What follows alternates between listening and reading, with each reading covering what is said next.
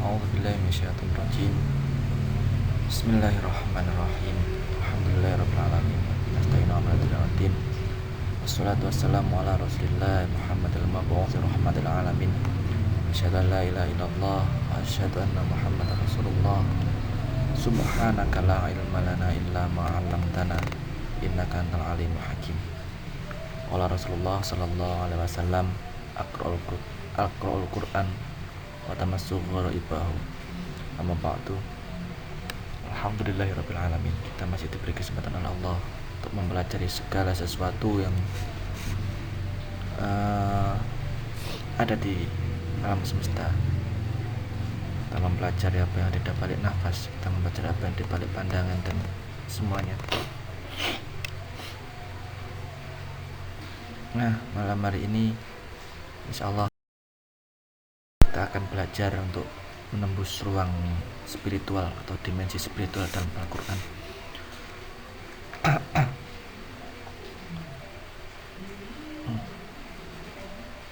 Ya, kita akan belajar untuk menembus ruang dimensi Al-Quran. Biasa kita sebut sebagai dialog Al-Quran, dialog dengan Al-Quran. Ya, yang jelas di sini kita belajar untuk menemukan pesan-pesan dari Allah yang tersimpan di sebalik ayat-ayat qauliyah, ayat-ayat yang tertulis. Di balik ayat yang tertulis itu terdapat pesan-pesan hikmah, biasa kita sebut hikmah, dan itu hanya bisa kita tembus melalui kesadaran ilahiyah. Nah, ini kalau bahasanya Imam Ghazali mengatakan pengertian batiniah Al-Quran itu ada dalam lautan ilmu mukasyafah, penyaksian atau pengetahuan spiritual atau kesadaran ilahiyah, dan itu tidak mungkin dapat terungkap melalui penafsiran lahiriah saja. Dan baginda Nabi sendiri juga sudah menyatakan bahwa sesungguhnya Al-Quran itu memiliki sisi zahir dan sisi batin, ya. Al-Quran itu memiliki sisi zahir dan sisi batin, dan ini harus kita dalami. Kalau kita ngaji, kita harus mengetahui makna bukan hanya dari segi lahiriah saja, tapi juga segi batinnya. Dan ini yang insya Allah kita pelajari malam hari ini.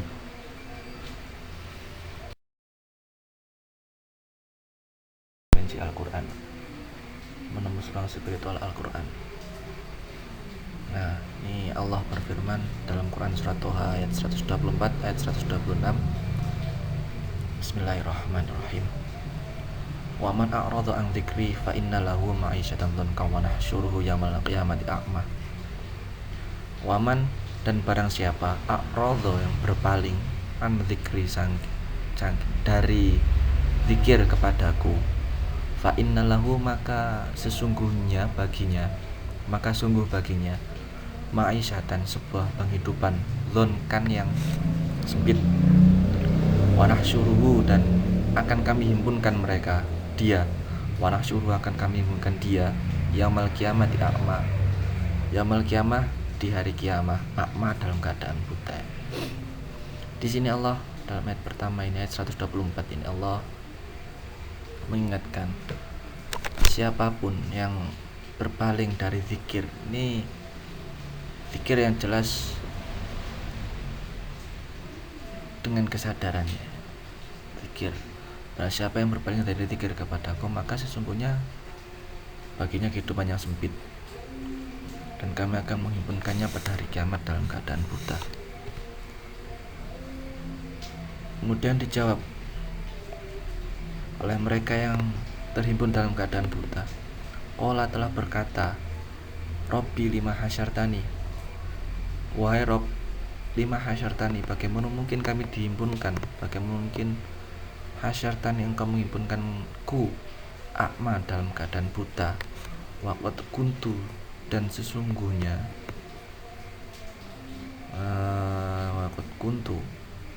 waqad, dan sungguh, kuntu, telah kudapati diriku, basiran, dalam keadaan melihat.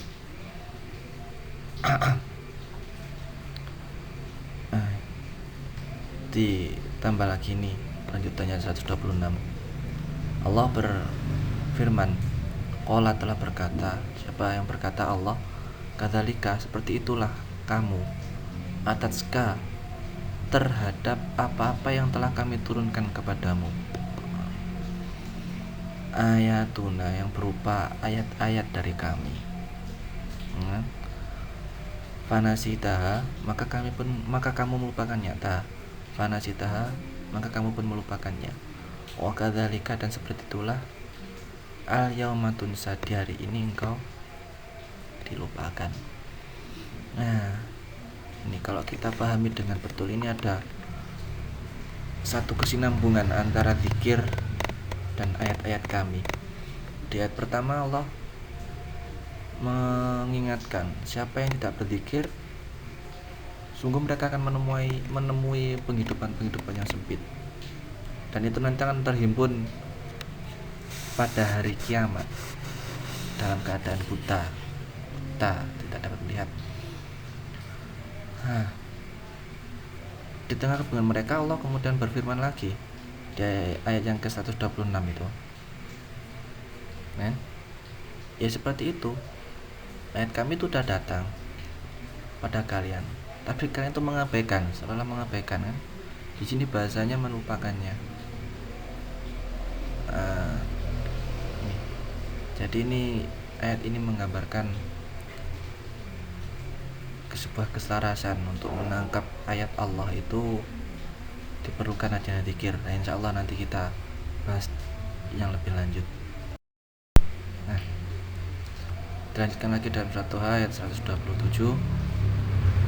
Allah berfirman, wa kadzalika najzi man asrafa wa lam yu'min bi ayati rabbih wal adzabul akhirati asyaddu wa demikianlah kami membalas orang yang melampaui batas dan tidak percaya kepada ayat-ayat kami. Nah, bi ayati rabbi, dari dengan ayat-ayat Robnya, wala adzabul akhirati asyaddu wa sungguhnya ayat akhirat itu lebih berat dan lebih kekal. Itu tadi dari ayat Allah ini sebenarnya setiap detik, setiap menit, setiap helaan nafas itu ada, dan kita yang jarang menyadarinya. Semoga dengan pelajaran materi seperti ini kita dapat belajar menemukan setiap pesan dari Allah dalam segala sesuatu, dan dalam tiap hembusan nafas, dan dalam setiap segi kesadaran kita. Ya. Selanjutnya, nah ini kita pahami, ini ada relasi antara zikir dan ayat-ayat Allah. Seperti saya katakan di awal tadi, di surat Toha ayat 124 dan 126 itu ada satu kesinambungan. Barang siapa yang tidak berzikir, mereka itu mengabaikan ayat-ayat Allah. Nah, ini relasi antara zikir dan ayat-ayat Allah. Di sini terhimpun dalam Quran surat Al-Baqarah ayat 166.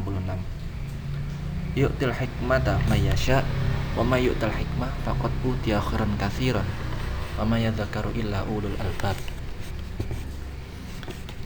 Yu'til hikmah, dia telah menganugerahkan al-hikmah may yasha kepada siapapun.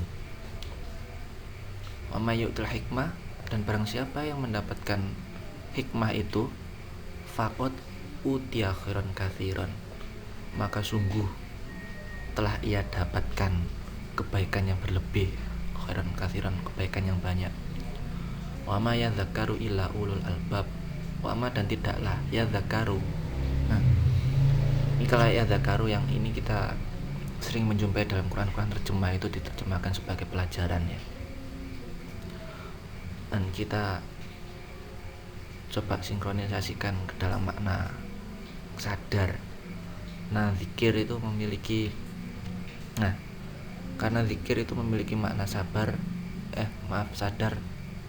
yang menuju nanti, dan maksudnya zikir itu memiliki makna sadar gitu ya. Cabangnya nanti banyak zikir. Nah, selama ini kita menerjemahkan zikir itu dengan makna ingat ya, tidak masalah sementara. Tapi sesungguhnya ingat ini kan berasal dari sadar ya. Sadar dulu.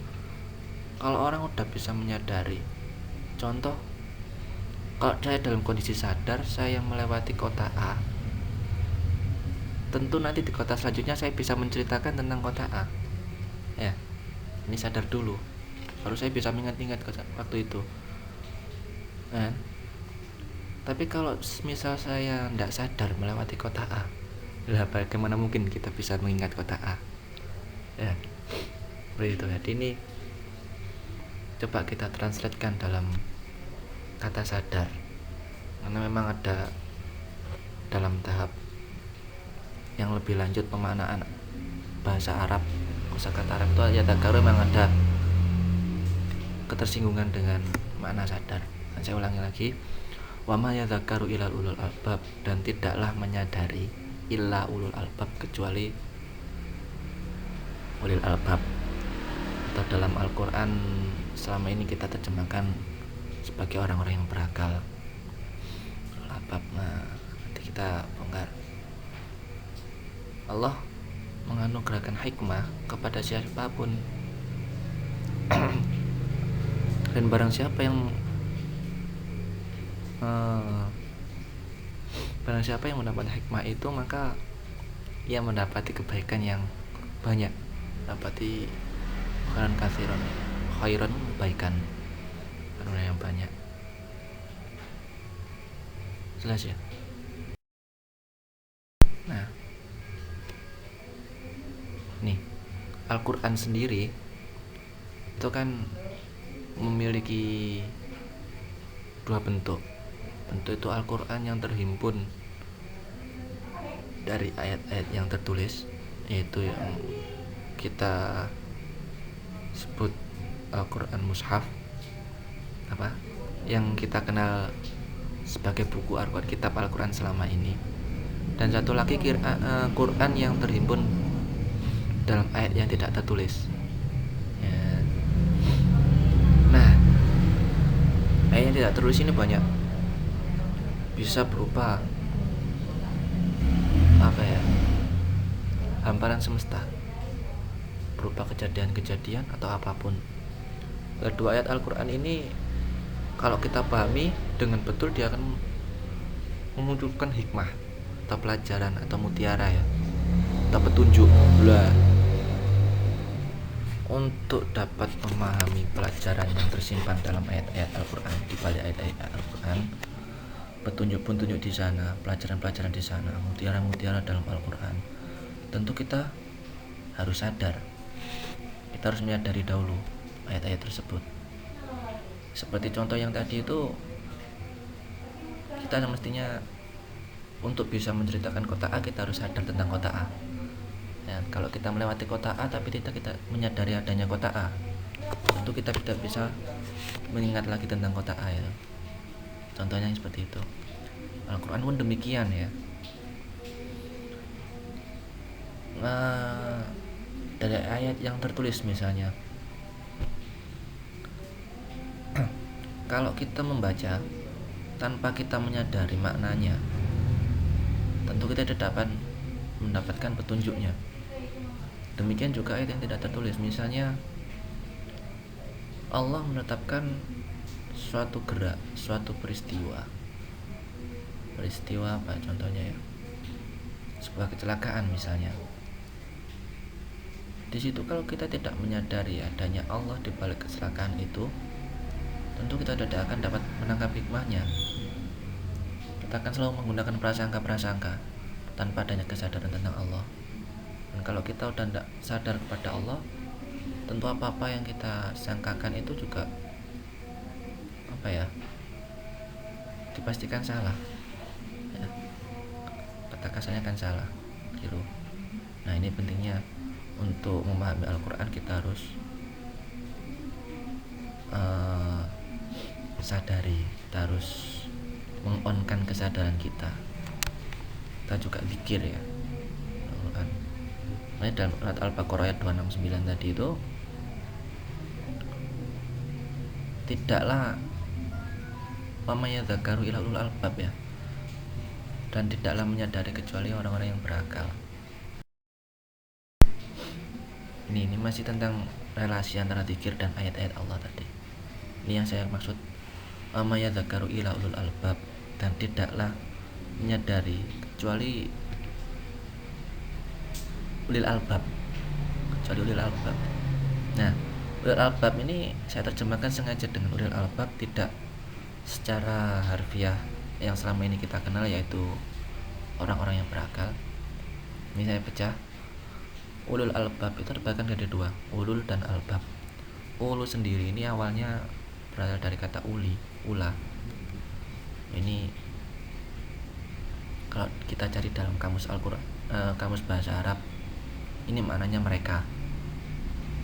Lebih banyak orang ya maksudnya ya, banyak orang, himpunan jamak. Albab ini merupakan jamak dari lubba. Nah, ini maknanya lubba sendiri adalah eksistensi, yaitu isi tiap, makna lubba sendiri ini isi tiap sesuatu atau eksistensi. Bisa berarti juga akal, cerdik maupun hati. Nah, jadi kalau sadar ini kita harusnya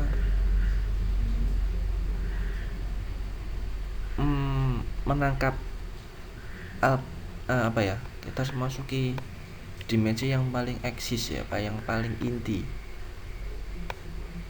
yang paling eksistensial ya. Ini sesuatu yang tidak bisa tergambarkan, dan ini hanya dapat kita sadari ada di dalam diri kita.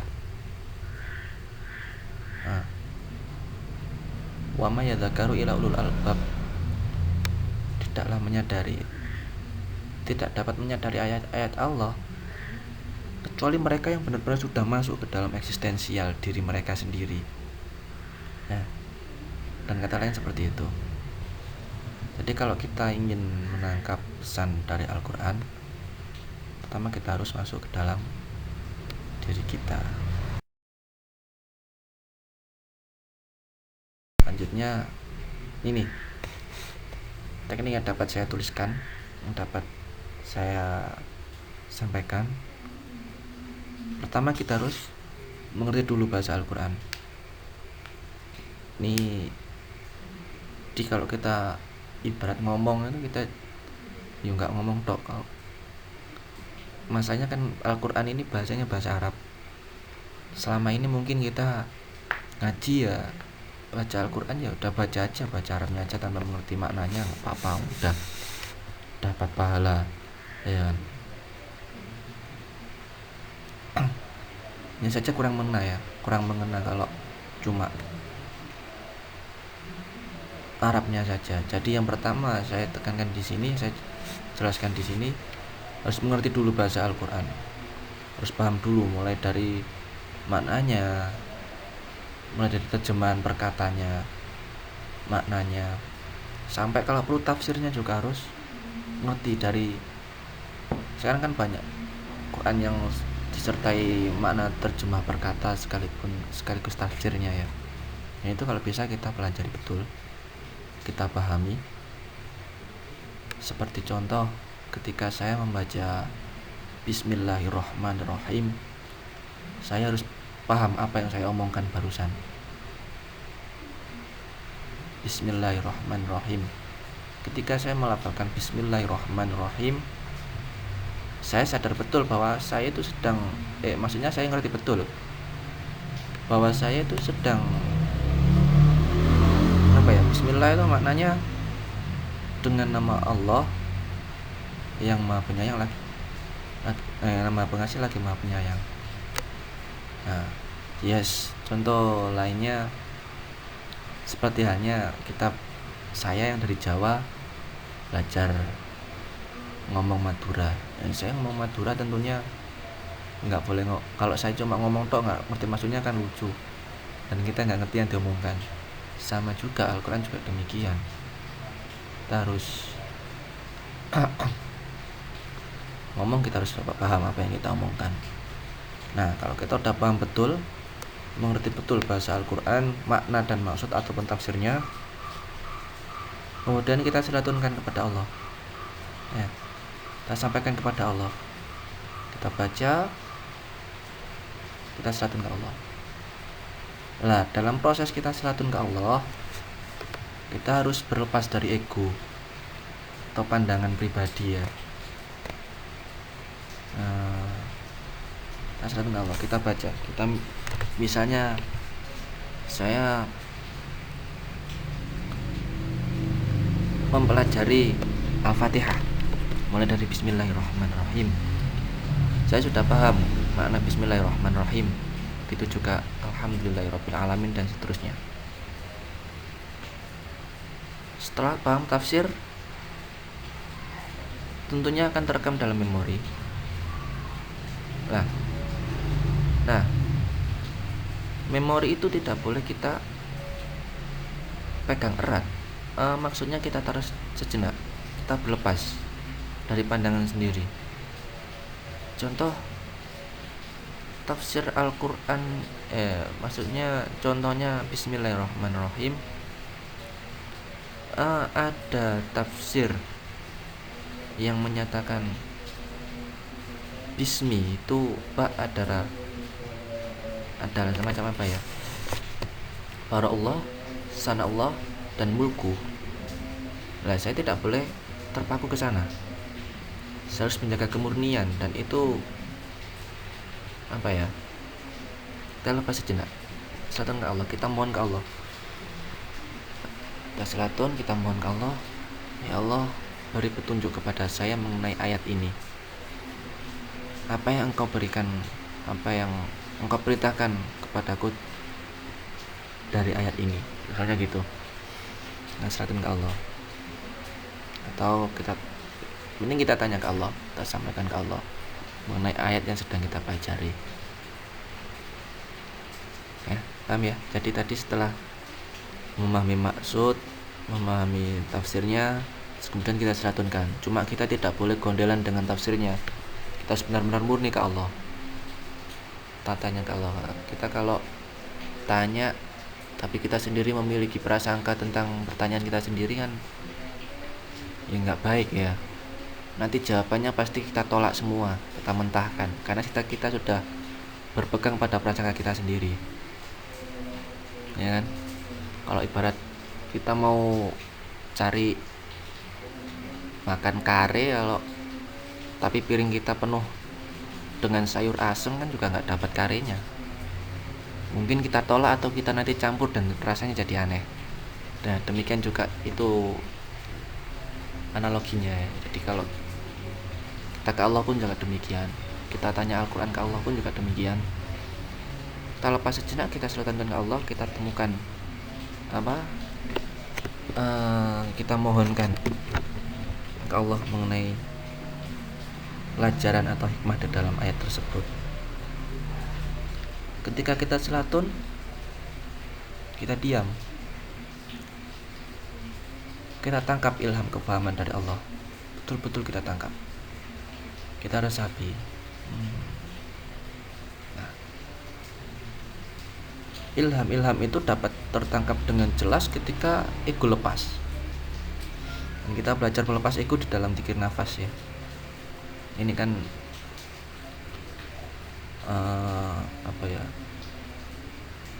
eksplornya dari zikir nafas kan. Kalau kita udah lepas, kita mau ngapain, kan kita bisa aplikasikan ke pelajaran Al-Quran. Kembali lagi, ketika kita selatun, ketika kita menyampaikan permohonan kita mengenai pemahaman Al-Quran, kita diam, kita tangkap ilhamnya, terus kita tangkap, kita resapi sampai betul-betul jelas.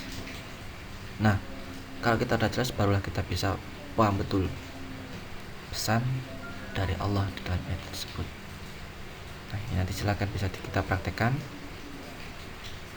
Ayat apa mungkin nanti kita coba praktekkan dalam Quran surat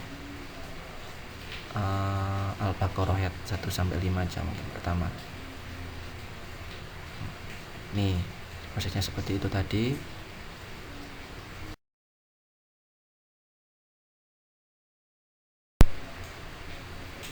Untuk memahami Al-Quran, tekniknya nanti bisa kita komunikasikan di WhatsApp atau Facebook atau apa aja, atau mungkin SMS, telepon juga boleh.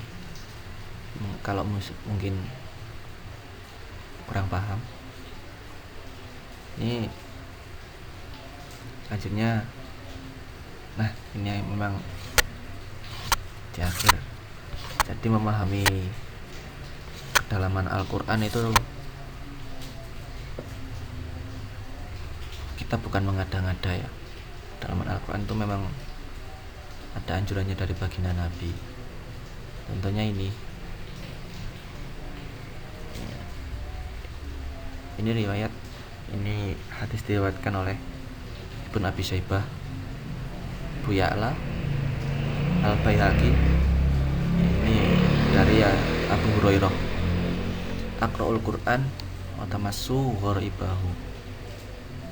Nah, ini anjuran dari baginda Nabi yang jelas. Bacalah Al-Quran dan temukan hal-hal yang rahasia darinya. Jadi Al-Quran itu memiliki rahasia yang itu tadi, triknya untuk menangkap rahasia dari Al-Quran ya. Nah, ada lagi nih, lakukan Al-Quran fi haba bima masad sunnar. Sekiranya Al-Quran itu terjaga dalam tubuh, maka api neraka tidak akan mendekatinya dan menyentuhnya. Nah, nih yang dimaksud terjaga di dalam tubuh, tentunya kita dapat menangkap, kita resapi dan kita amalkan. Allah ini ya, semoga